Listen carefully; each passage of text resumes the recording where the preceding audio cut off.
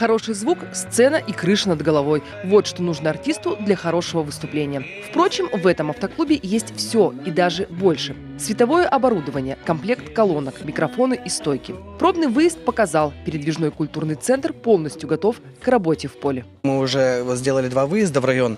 На самом деле транспорт не подвел, и очень удобно на этом транспорте работать.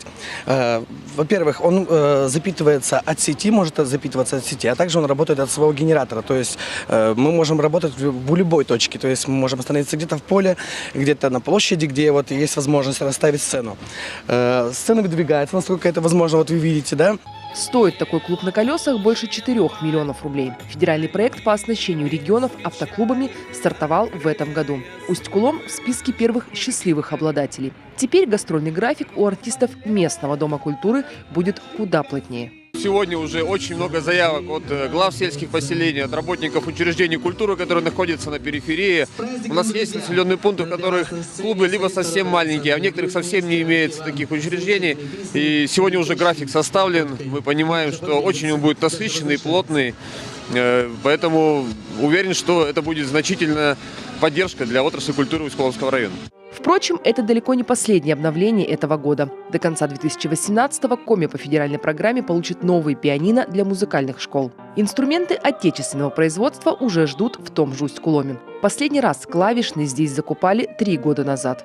Музыкальные инструменты, они всегда востребованы, потому что мы работаем по предпрофессиональным программам, и это должно быть высокое качество инструментов. Вот. И поэтому на сегодняшний день, конечно, нам и уже бы новые фортепиано нужны, и аккордеоны. Тем более, что наши дети выезжают на конкурсы даже международного уровня. Вот. И там, конечно, качество инструментов в первую очередь смотрят тоже. А уже в 2019-м Школа искусств региона и вовсе ждет глобальное техперевооружение. Федеральный центр выделит субсидию на покупку музыкальных инструментов и учебных материалов для художников. Субсидий таких будет 3, то есть это будет практически 70 миллионов с учетом республиканского софинансирования на 41 школу искусств.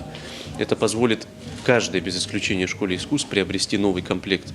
Либо это будет музыкальное оборудование, либо если это детская художественная школа, то не оборудование, которое им необходимо. Поэтому я считаю, что это очень внушительные средства, на которые мы значительно улучшим материально-техническую базу детских школ искусств. Со своими потребностями школы искусств в регионе уже определились. Осталось дождаться денег. Виктория Палкина, Павел Юлянмин, телеканал Юрган, Усть-Куломский район.